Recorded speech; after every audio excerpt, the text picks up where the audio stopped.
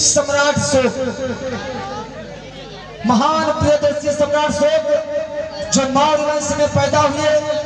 और साथियों इतना नहीं, इन्होंने जब बौद्ध धर्म को ग्रहण किया, पाटलिपुत्र में इनकी राजधानी थी जो आज पटना के नाम से जानी जाती है साथियों।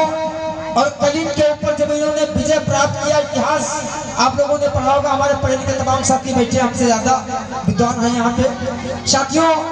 कलिंग के ऊपर जब इन्होंने विजय प्राप्त किया, इनका हृदय पीड़ा से भर गया साथियों। कलिंग कभी को कलिंग कहा जाता था, आज उड़ीसा के नाम से जाना जाता है।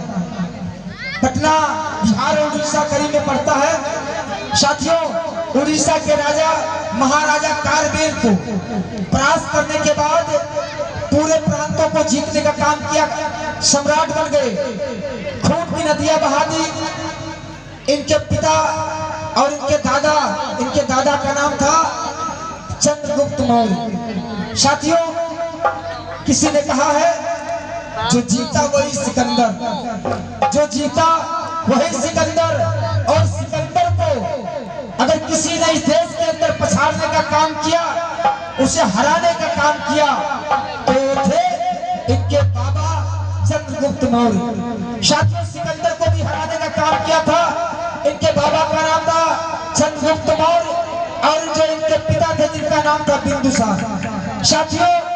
304 ईसा पूर्व इनका भारत की पावन धरती पे और इस देश के अंदर जब इन्होंने बौद्ध धर्म को ग्रहण किया और पाटलिपुत्र में अपनी यानी पटना में अपनी राजधानी बनाई, कलिंग को जीतकर अपने बेटा और बेटी को लंका भेज कर भगवान बुद्ध के धर्म का प्रचार प्रसार कराने में आपका बहुत बड़ा सहयोग रहा साथियों। इतना नहीं, सम्राट अशोक ने सबसे पहले जब धर्म को ग्रहण किया तो उन्होंने कहा, हम इस देश को बौद्ध में बनाऊंगा, इस भारत को मैं बौद्ध में बनाऊंगा, क्योंकि भारत बुद्ध की धरती है, बुद्ध से जुड़ा हुआ देश है।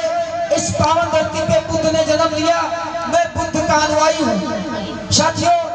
सबसे पहले इनकी प्राथमिकता रही इस देश के अंदर आज हम जिन रोडों के ऊपर चलते हैं, जिन रोडों के ऊपर चलते हैं, उन रोडों का सर्वप्रथम इस देश के अंदर किसी ने निर्माण किया तो सम्राट अशोक का कराया निर्माण है।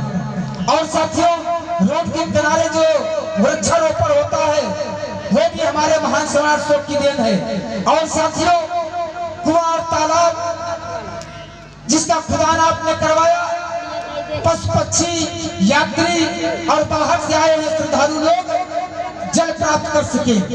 और इतना नहीं, इस देश के अंदर 84,000 बुद्ध विहारों का निर्माण आपने करवाया।